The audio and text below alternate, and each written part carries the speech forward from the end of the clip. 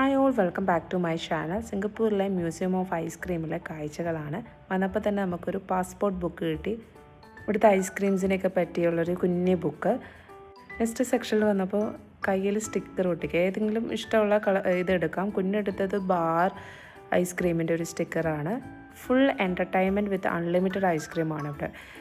2 type of ടിക്കറ്റ്സാണ് മെയിനായിട്ട് വരുന്നത്. Premium ഉണ്ട്, നോർമൽ ടിക്കറ്റ് ഉണ്ട്. പ്രീമിയം ടിക്കറ്റിൽ വരുമ്പോൾ നമുക്ക് എല്ലാം ഐസ്ക്രീംസും ട്രൈ ഔട്ട് ചെയ്യാം. അതിൻ്റെ ഒരു ക്ലാസിഫിക്കേഷൻ നമ്മൾ ഈ ഒരു ഏരിയയിൽ മാത്രമാണ് കണ്ടത്. ബാക്കി എല്ലാ സ്ഥലത്തും നമുക്ക് എല്ലാ ഐസ്ക്രീംസും നമുക്ക് ട്രൈ ഔട്ട് ചെയ്യാൻ പറ്റുമായിരുന്നു. ഇവിടെ മാഗ്നറ്റിക് ആൽഫബറ്റ്സ് സ്റ്റിക്ക് ചെയ്യുന്ന സ്ഥലമാണ്. പേരൊക്കെ എഴുതി സ്റ്റിക്ക് ചെയ്യുന്നുണ്ട് കുഞ്ഞ്. ഇവിടെ എല്ലാ ആക്ടിവിറ്റീസിലും കുട്ടികൾക്കും മുതിർന്നവർക്കും ഒരുപോലെ കളിക്കാൻ പറ്റുന്ന ആക്ടിവിറ്റീസാണ് മൊത്തം ഉള്ളത്.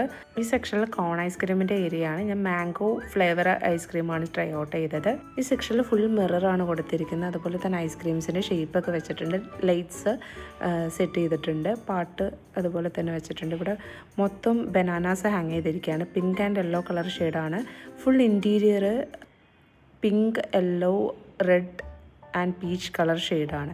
ഭയങ്കര അട്രാക്റ്റീവായിട്ടുള്ള ഏരിയാസാണ് ഫുള്ള്. നമുക്ക് ഇഷ്ടംപോലെ ഫോട്ടോസും വീഡിയോസും എടുക്കാൻ പറ്റുന്ന ഒരു സ്ഥലമാണ്. 2026 വിഷസ് എന്താണെന്നൊക്കെയാണ് കുഞ്ഞ് ഹാങ് ചെയ്യണത്. ഇവിടെ നമ്മൾ ഓൾമോസ്റ്റ് 2.5 മണിക്കൂർ സ്പെൻഡ് ചെയ്ത്. സത്യം പറഞ്ഞാൽ ഞാൻ അറിഞ്ഞില്ല. ഓരോ സെക്ഷൻ എൻ്റയർലി ഡിഫറെൻ്റ് ആണ്. അതുപോലെ തന്നെ ഐസ്ക്രീമിൻ്റെ ഫ്ലേവേഴ്സും ഡിഫറെൻ്റ് ആണ്. ഇതാണ് ലാസ്റ്റ് എൻഡിലുള്ള സെക്ഷന്. ഇഷ്ടംപോലെ സമയം നമ്മളിവിടെ കളിച്ചു.